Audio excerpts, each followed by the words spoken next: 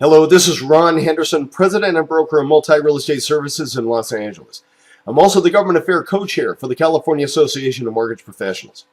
It's December 22nd, 2017, and the reconciled tax bill, after being passed by the House and the Senate, has just been officially signed into law by the President.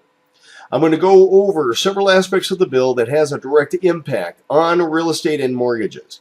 As a generality, the changes are not overly friendly to real estate, but it isn't as bad as the House and the Senate bills were individually. Let's start out with a really good thing. The owner-occupied capital gains exemption, Section 121. This is the exemption of the gain of $250K for a single or $500K for a couple. It was left alone during the reconciliation, and it stays as owner-occupied 2 out of 5 years.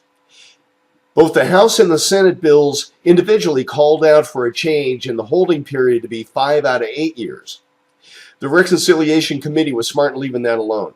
A lot of people would have been broadsided by the change, and inventory is already low. No reason to give potential sellers another reason not to move. 1031 like-kind exchanges. They didn't change the primary elements applicable to real estate, but they modified the code eliminating non-real estate property. In other words, livestock, equipment, vehicles, franchises can't be used within an exchange anymore. As far as property tax is concerned, the taxpayer may claim an itemized deduction limited to $10,000 for the aggregate of property tax and state and local taxes. Now get this, there is verbiage indicating that a taxpayer cannot prepay state income tax in 2017 to avoid the limitations in 2018. So be careful. Mortgage interest deduction. The committee definitely did a 50-50 compromise between the House and the Senate bills. They ended up with $750K limit for married taxpayers filing jointly or $375 for singles, for the loan principal amount in which the interest can be deducted. Mortgage debt prior to December 15, 2017 will be grandfathered into the old code, so you'll still have the $1 million loan amount. Any refinance of the grandfathered debt will be treated under the new parameters. Refinance debt will be limited to the amount of the original debt, so the cash out amounts, unless used substantially for improving the residence, can't be written off.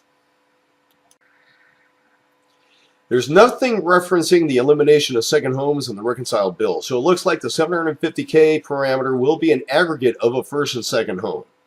The tax deductibility of equity lines are gone. The $750K jumps back up to $1 million, and the home equity line deductibility is only suspended till December 31st of 2025. Mortgage interest applicable to investment properties is still deductible under itemized deductions against the business. Another thing to keep in mind, if you think the $750,000 parameter is high and doesn't affect you today, with basic inflation, the $750K will become more restrictive over time. I recommend talking to your CPA for specific guidance. If you're in the Los Angeles region, have any specific questions, always feel free in contacting me through my website, MRES.com, or the email address or phone number shown below. Till next time, take care.